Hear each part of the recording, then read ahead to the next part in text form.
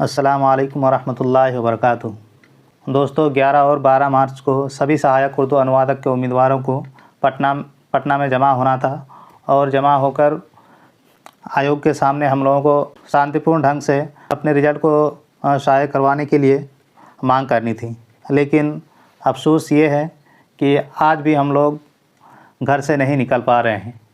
आज भी वही 40-50 लोग जमा हो रहे हैं जो हमेशा से ही जमा होते आ रहे हैं। तो अगर इस तरह से ही आप लोग काम करेंगे तो मुझे नहीं लगता है कि इस वैकेंसी में ना ही आयोग और ना ही कोई पॉलिटिशियन हम लोगों के काम की तरफ ध्यान देंगे, क्योंकि जब तक तादाद नहीं होगी तब तक हम लोगों की बात नहीं सुनी जाएगी। आप लोगों को भी पता है सामने चुनाव है और खास करके नीतीश कुमार जो हमेशा एक्सपेक्ट करते हैं कि उन जो मुस्लिम लोग हैं उनका वोट उनको मिलता ही मिलता है। तो अभी हम लोगों के पास बहुत बड़ी अपॉर्चुनिटी है एक बड़ी तादाद दिखाने की नीतीश कुमार को कि हम लोगों के साथ अगर आप नाइंसाफ़ी करेंगे तो आपका जो वोट बैंक है वो ख़राब हो सकता है। तो इसीलिए हम सभी लोगों को एक बार फिर से पटना जाने की ज़रूरत है, क्योंकि अगर पटना नहीं जाएंगे तो हम लोगों का काम नहीं बन पाएगा। तो हम 2200 में से 2200 कैंडिडेट को ही पटना पहुंचना बेहद ही ज़रूरी है अगर आप लोग रिज़ल्ट शाये करवाना चाहते हैं और जल्द से जल्द अगर ज्वाइनिंग लेना चाहते हैं तो। वरना हम लोगों को तो शर्म आनी चाहिए कि जितने भी सहायक उर्दू अनुवादक में सेलेक्ट हुए हैं तो हम लोगों को तो शर्म आनी चाहिए कि जितने भी हमारे मुस्लिम कौम के ज़हीन तरीन बच्चे थे उनका सिलेक्शन सहायक उर्दू अनुवादक में हुआ, और उससे जो जिनका सहायक उर्दू अनुवादक में रिज़ल्ट नहीं हुआ, जिसको कमतर माना जाता था, उनका टीआरई में सिलेक्शन हो गया और आज वो जॉब कर रहे हैं और सैलरी उठा रहे हैं। आपके आस पड़ोस के लोग भी कहते होंगे कि देखो ये तो 2 साल से बोल रहा है कि मेरा सिलेक्शन हो रखा है, मेरा सिलेक्शन हो रखा है, लेकिन पता नहीं क्या कौन सा चीज़ का सिलेक्शन हो रखा है, इसको अभी तक जॉब ही नहीं मिलती है। देखिए उनको 1 साल 2 महीने में ही जॉब निकाल के जॉब कर रहे हैं और सैलरी उठा रहे हैं। आपके आस पड़ोस के लोग ताना तो मारते ही होंगे, तो कम से कम उस लिहाज से भी आप लोग पटना आइए ताकि हम सभी लोगों का जो रिज़ल्ट है वो जल्द से जल्द शाये हो सके। जो हम लोगों के साथ हो रहा है सेम वही चीज़ आमीन बहाली के साथ भी हो रहा था। उन लोगों के साथ भी आयोग यही बात कह रहा था कि आप लोगों का मेरिट लिस्ट जारी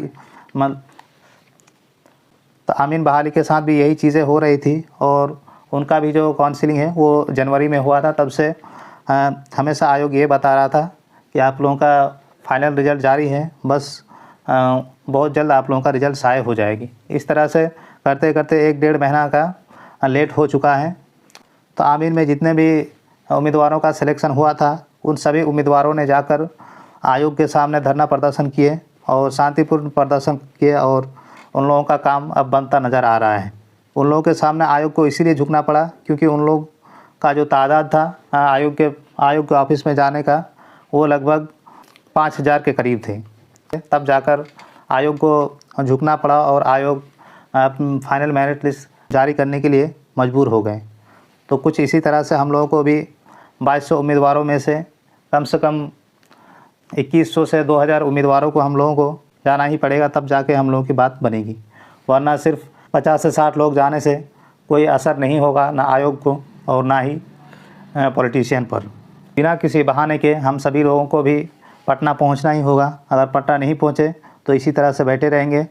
सरकार को नहीं पड़ी है कि वो आपकी आवाज़ उठाएंगे, और सरकार हमेशा ये चाहती है कि सिर्फ वो वैकेंसी को दिखाए लेकिन उसमें ज्वाइनिंग नहीं कराए, क्योंकि उसमें सरकार के पैसे बचते हैं और सरकार हमेशा यही चाहती है। तो अगर हम लोगों को जल्द से जल्द ज्वाइनिंग लेनी है तो हम सभी लोगों को पटना जाना ही होगा। इतने लोग ताना आपको मारते होंगे, आप देखते ही होंगे कि आपके सामने का बंदा जो कि जॉब करने जा रहा है और आप बैठे बैठे उनको देख रहे हैं। लेकिन हम सभी लोगों को शर्म आनी चाहिए कि हम लोग बैठे बैठे देखते रहते हैं, लेकिन हम लोग को पटना आने की फुर्सत नहीं है।